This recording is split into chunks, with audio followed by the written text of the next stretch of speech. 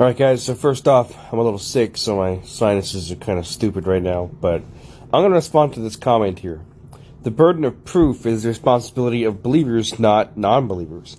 I'm going to go ahead and disagree with you on that. As a believer, first off, I wasn't always a believer. I was an atheist at first. I was in your boat, and I became a Christian at the age of 16, about 16 hours before I was going to commit suicide. Then, with my scientific mind, I studied on my own and proved to myself that what I believed was in fact fact. That, however, is something that depends on you. If you want to actually believe what I have to say, or what I believe, then you need to go out and prove it to yourself. I don't have the knowledge, skills, or dedication, or time to try to prove to you something that you're not willing to believe anyway. And you don't have the time, knowledge, skills, or energy to try to prove to me something that I'm not going to believe anyways. I will never believe in evolution. It's just not going to happen.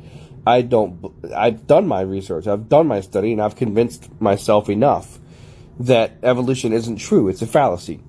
And people instead want to take what I have determined to be a religious scientific stance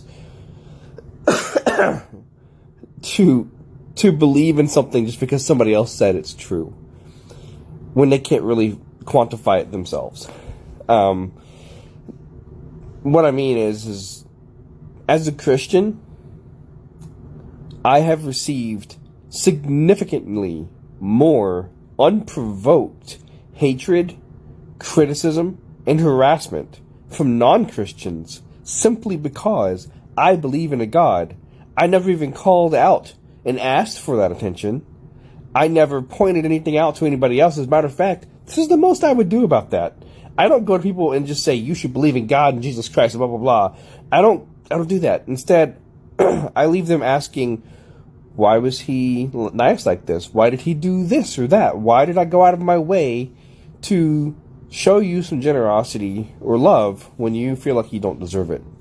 And my answer, of course, is Jesus Christ. That's why. But in order to answer that question, you're going to turn around and say the burden of proof is the responsibility of believers and not non-believers. No. That's your responsibility, not mine.